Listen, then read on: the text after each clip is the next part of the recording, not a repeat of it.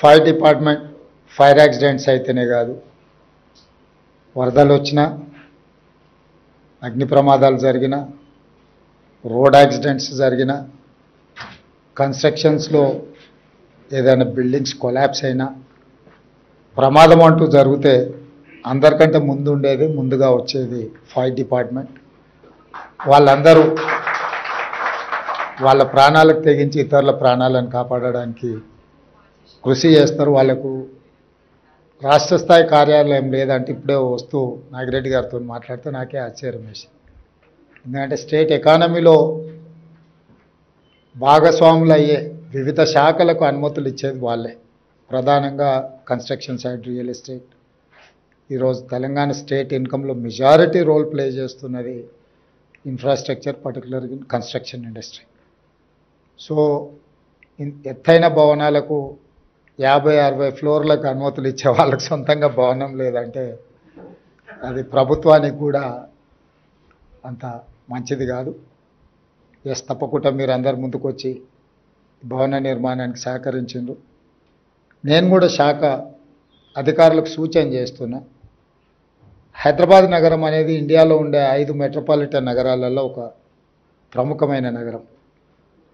మనం ఈరోజు మిగతా మెట్రోపాలిటన్ నగరాలతో కాదు, ప్రపంచంతోనే పోటీ పడే స్థాయికి ఈరోజు హైదరాబాద్ నగరం రీచ్ అయింది.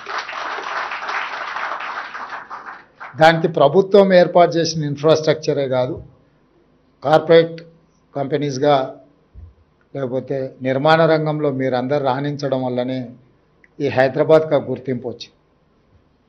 ఔటర్ రింగ్ రోడ్ కావచ్చు, అంతర్జాతీయ ఎయిర్పోర్ట్ కావచ్చు, ఐటీ సెక్టర్లో వచ్చిన ఈ మొత్తం పెట్టుబడులు కావచ్చు, హైటెక్ సిటీ కావచ్చు, హైదరాబాద్ నగరానికి కృష్ణా గోదావరి జలాలను తరలించడం ద్వారా ఇక్కడికి వలస వస్తున్న వాళ్లకు తాగునీటి సమస్యలను తీర్చడమే కాకుండా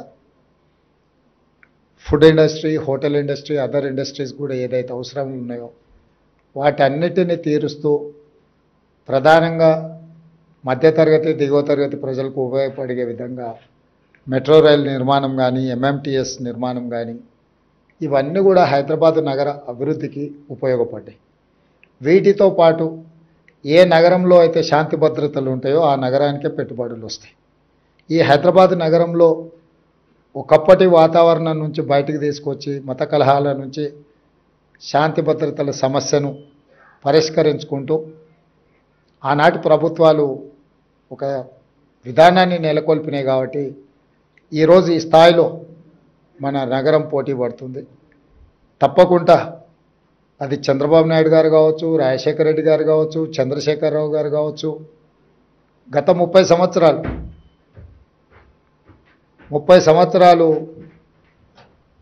సంవత్సరాలు చంద్రబాబు నాయుడు, 10 సంవత్సరాలు రాజశేఖర రెడ్డి గారు, 10 సంవత్సరాలు చంద్రశేఖరరావు గారు.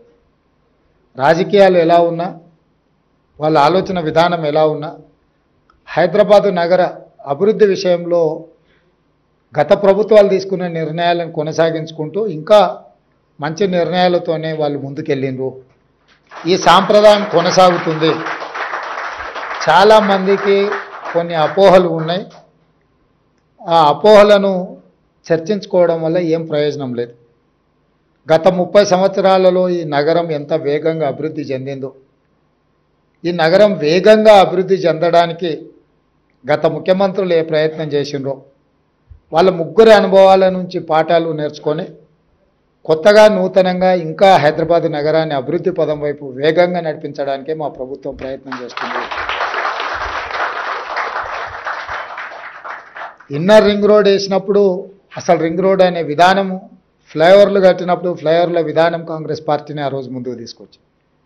ఔటర్ రింగ్ రోడ్ కూడా ఆ రోజు చంద్రబాబు నాయుడు గారు ప్రతిపాదించారు. కంప్లీట్ ఔటర్ రింగ్ రోడ్ లేకుంటే పార్షియల్లీ బైపాస్ రోడ్ లాంటిది ఎయిర్పోర్ట్కి ఈ ప్రాంతం నుంచి ఉండాలి, గచ్చిబౌలి ఈ ప్రాంతం నుంచి అని ఆలోచన చేస్తే తర్వాత రాజశేఖర రెడ్డి గారు ముఖ్యమంత్రి అయిన తర్వాత కంప్లీట్గా హైదరాబాద్ నగరానికి ఒక మణిహారంగా ఉండాలి అని చెప్పి ఔటర్ రింగ్ రోడ్డును కానీ అంతర్జాతీయ ఎయిర్పోర్ట్ను అంతకుముందు ప్రభుత్వం తీసుకున్న నిర్ణయాలను కొనసాగించి అంతకంటే ఇంకా ఉన్నతంగా అభివృద్ధి చేయడం జరిగింది. ఈరోజు ఔటర్ రింగ్ రోడ్ తర్వాత రీజనల్ రింగ్ రోడ్డు రావడానికి గత ప్రభుత్వం తీసుకున్న నిర్ణయాలు కేంద్ర ప్రభుత్వం అనుమతి ఇచ్చింది. మధ్యలో కొన్ని కారణాల చేత వాయిదా పడుతూ వచ్చింది. నేను ముఖ్యమంత్రిగా బాధ్యత చేపట్టిన తర్వాత మా మంత్రివర్యులు కోమటిరెడ్డి వెంకటరెడ్డి గారు మేమందరం నితిన్ గడ్కరీ గారితో చర్చించి మాట్లాడి ఇమ్మీడియట్గా రీజనల్ రింగ్ రోడ్కు సంబంధించిన అన్ని పెండింగ్ సమస్యలను పరిష్కరించాలని కేంద్ర ప్రభుత్వాన్ని సంప్రదించి ఆ సమస్యలన్నిటినీ దాదాపుగా పరిష్కరించినాం. 354 కిలోమీటర్స్లో దాదాపుగా 50% రోడ్డుకు సంబంధించిన నిధులు ల్యాండ్ ఎక్విజిషన్ పూర్తయింది. మిగతా సగభాగం కూడా in principle they have agreed to sanction that remaining part.